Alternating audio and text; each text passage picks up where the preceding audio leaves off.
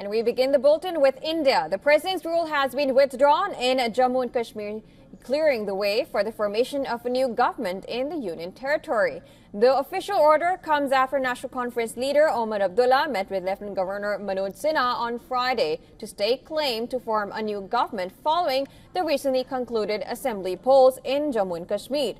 President's rule was imposed in the region after the PDP-BJP alliance crumbled on June 19, 2018.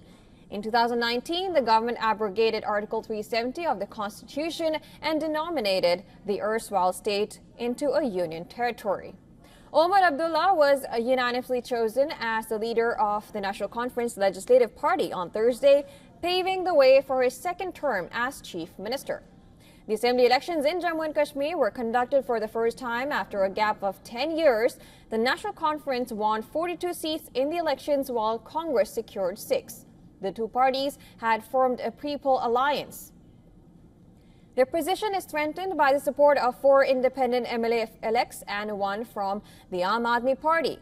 The Bharatiya Janata Party emerged as the second largest party with 29 seats.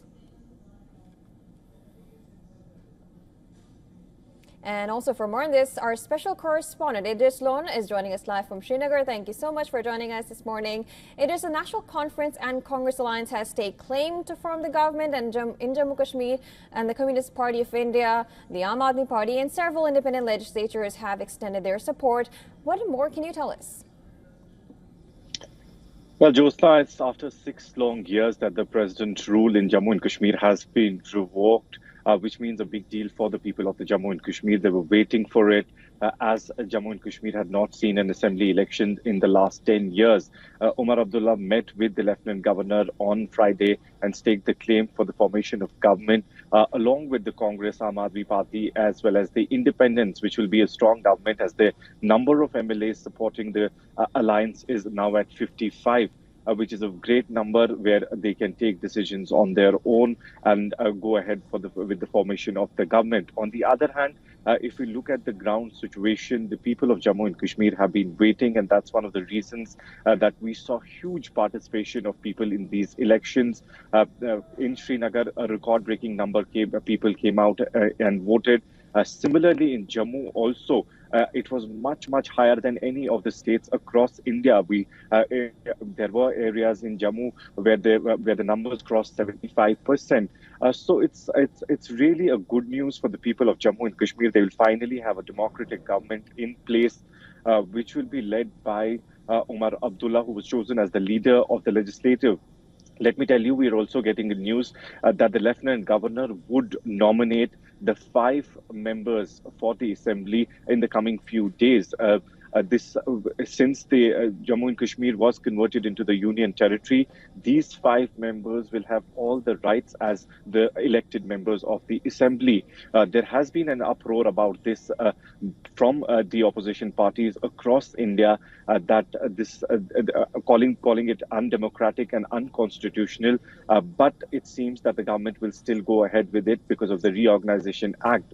Let me tell you, this is the first election that has taken place after the abrogation of Article 370, as well as converting the state into the Union territory. So the powers that lied with the Chief Minister earlier they don't have the powers anymore. So the more powers will be with the Lieutenant Governor of the Union territory. So Omar Abdullah will have a tough time in handling the situation because it's not the state that it used to be, because it's the Union territory. And yesterday also we saw the former Chief Minister of Delhi, Arvind Kejriwal, making a statement saying that he can guide Omar Abdullah how to run a Union territory, because it's similar to what the Delhi government is facing. Right, and that being said, Omar Abdullah has also mentioned about the restoration of Jammu and Kashmir's statehood. What more can you tell us on that? Well, Jyotsna, that has been a demand of all political parties, including the BJP's state wing in Jammu and Kashmir. They have been wanting and saying that the statehood should be restored as soon as possible. The Prime Minister of India also, while he was campaigning for his leaders in Jammu and Kashmir all through the campaigning time for the assembly election, also promised the same.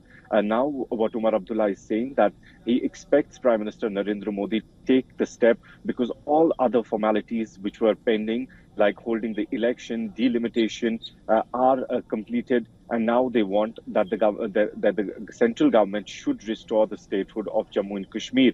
They're also of the opinion that once the assembly is formed, the first resolution that they make in the assembly should be about the statehood, return of statehood in Jammu and Kashmir. All right, Idris, thank you so much for bringing us the latest from there.